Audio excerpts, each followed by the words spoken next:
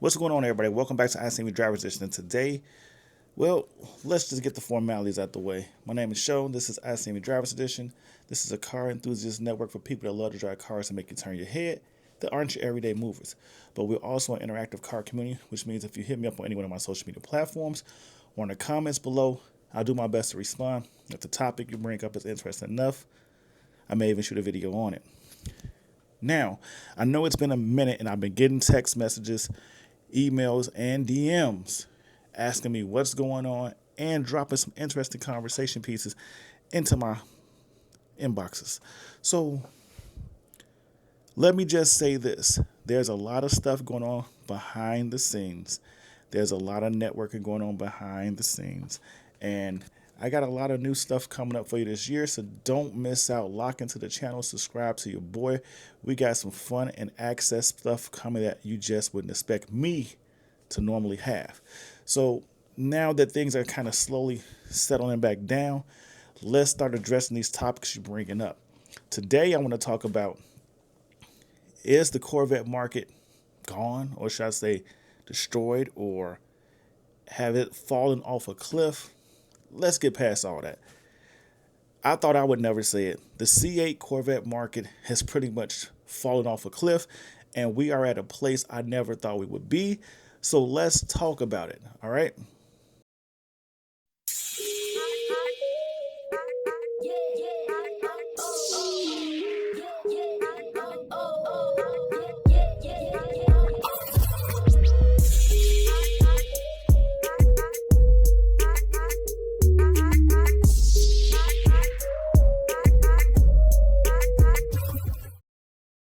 Okay, so if you've been following my channel for quite some time, my belief system has always been that the C8 Corvette, GM, General Motors, Chevy, whoever you want to call them, would never make the Corvette platform or the C8 platform so saturated that you could not have any form of value left with your car.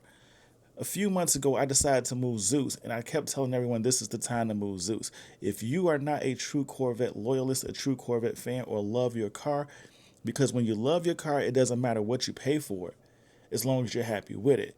But if you're one of the people that like to buy cars, sit in it for a while, and then move on, kind of like myself, but I do love Corvettes, don't get me wrong, but I always like to transition to the next version, upgrade, or do something different and come back. And because of that purpose, looking at the future of the Corvette platform through my eyes, it was just time to get rid of Zeus. And the reason why I say that to you is the C8 E-Ray, which has been a very controversial vehicle, is a better performing version of the Stingray, and you get the wide body setup. Now, I know the Grand Sport is supposedly coming. We've seen the rumors. We've heard all the information being leaked, but the E-Ray, in my opinion, is still a better car, even though the Grand Sport is going to get an update and give people what they want when it comes to the C8 platform, which is a non-questionable, a more certain and stable platform build when it comes to engine and performance that the average Corvette customer can buy into. But if you want to be real about it, the C8 E-Ray is still the better daily driver. And the reason why I say this, and I know we've had the conversation back and forth about whether the E-Ray or the Z06 is the better car. And honestly, I've said this countless times. The E-Ray is not better than the Z06 when it comes to what the Z06 is built to do. The Z06 is more of a performance-dominant, high-end power car, while the E-Ray is more of a low-end performance car. So for everybody that sits there and says that, hey, the E-Ray can outperform the Z06, it's technically not true. You would get better low-end performance, but it doesn't mean on the top end the E-Ray is the better car. And for those that want to turn around and chime in, because I know you're going to be there to say, well, in the actual legal driving ranges that you can do for the speed limits posted, the E-Ray is the better performing car. And I'm not going to argue with that, because truth of the matter is this, and this is what I would say about the Z06 and the E-Ray, which should end this whole conversation piece. The E-Ray from a stop will perform better. The Z06 from a stop needs to be launched. You are not launching the Z06 when you leave every stoplight. For daily driving purposes, the E-Ray would be the better performing car, because anytime you leave from a dead stop not launching the vehicle, you will get the absolute most performance from the car. The Z06, you really don't get to experience what this car can do until you're above 3,000 RPM. The movement of this car takes place somewhere between 1,500 and 3,000 RPM. So when you're getting to 1,500 RPM, that's when the Z06 seems like it's not the car that everyone expected. But for me, and for most of the drivers I know in the community I surround myself with, because we take road trips, we hit the highway, we have fun at higher speeds with spirited driving, the Z06 is the better top-end performing car. And for those Corvette people that are going to sit there and say that people, I don't know where you live at, let's be real. The average Corvette driver knows that these cars feel normal at 90 miles an hour on the highway.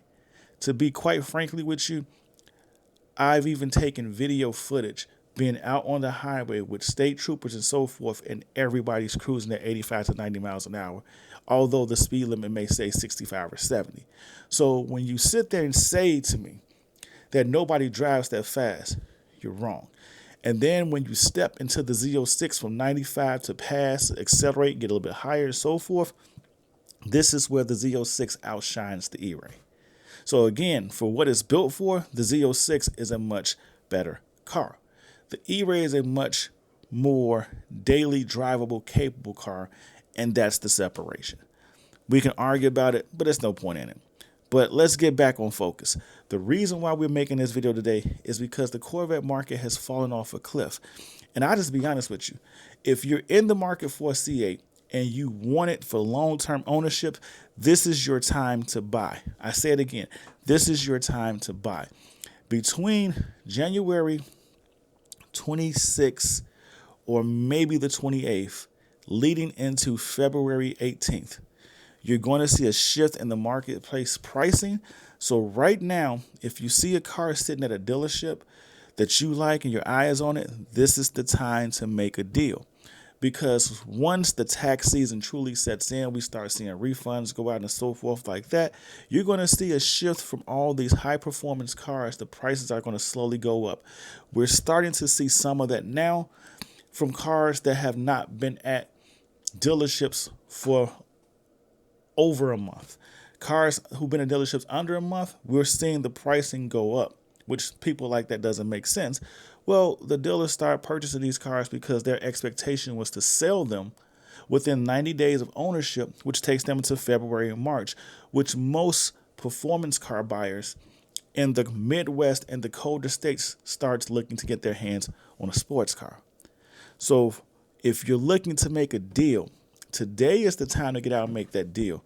By February 18th, you will see an increase in pricing of cars. What's going to happen, just so you understand, is many of these cars that were taken in over the winter and sat for a long time will run through the auction. The dealerships will make a little money on them. Not much, but they'll make a little money on them, run them through the auction.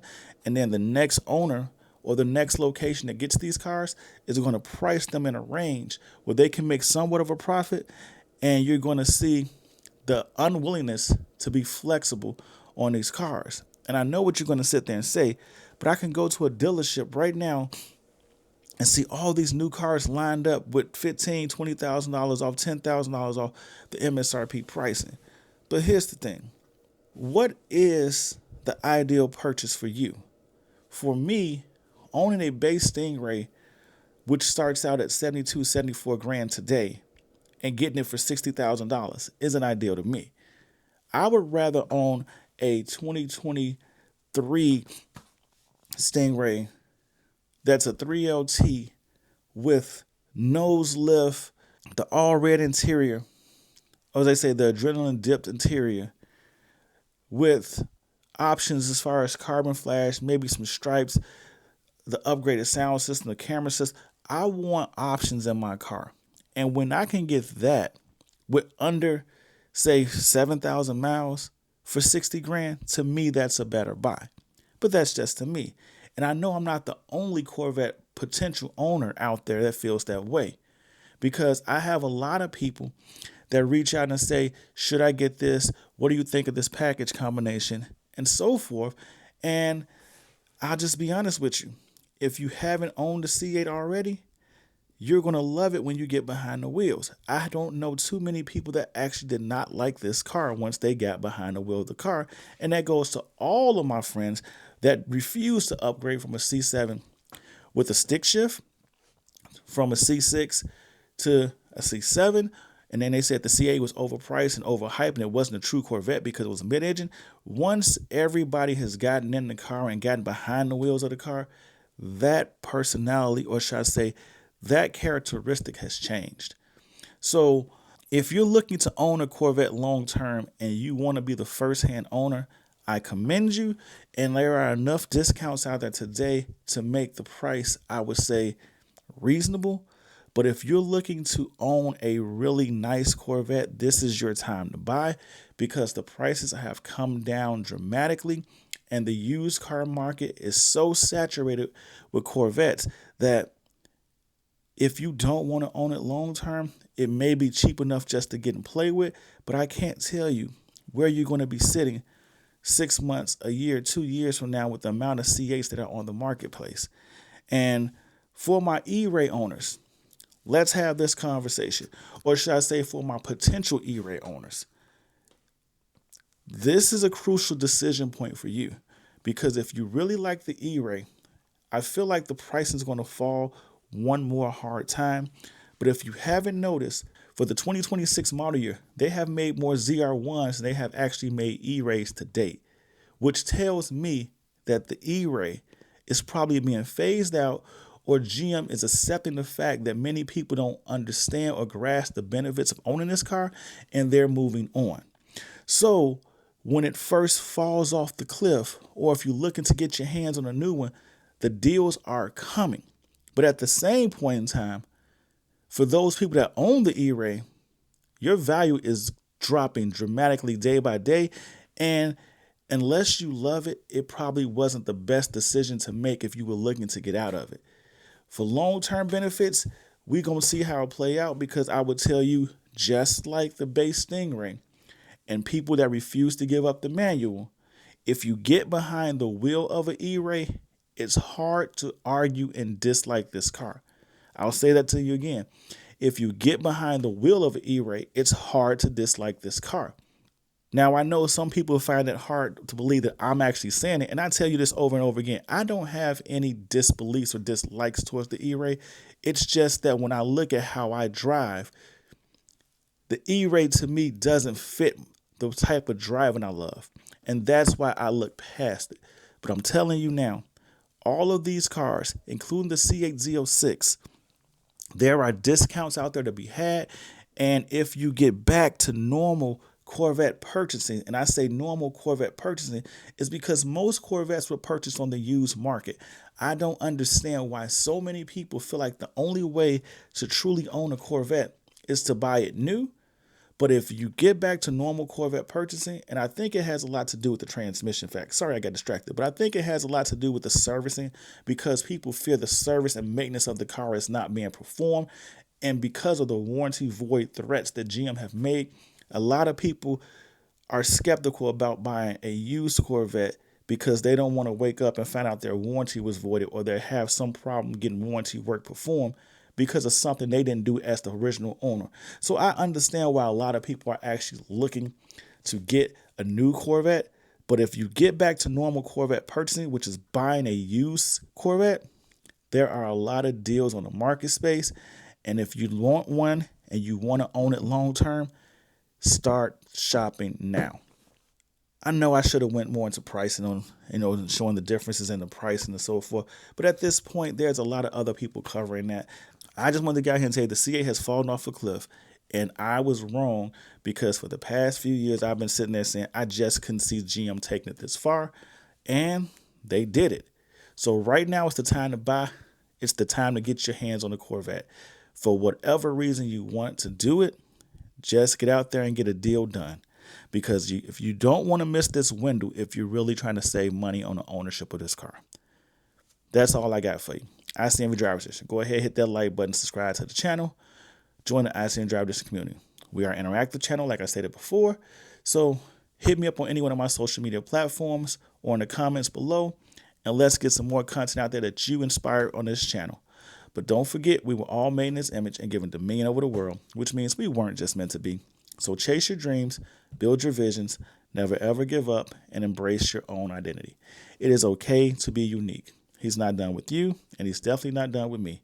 We were all given unique gifts to help us become the best version of us that we can possibly be. So step into your calling and become the blessing to the world that you were meant to be. May God continue to send blessings your way and keep you surrounded by people that provide you with nothing but love. Just remember to stay humble, stay focused, and stay blessed. And I'll see you in these streets. Peace.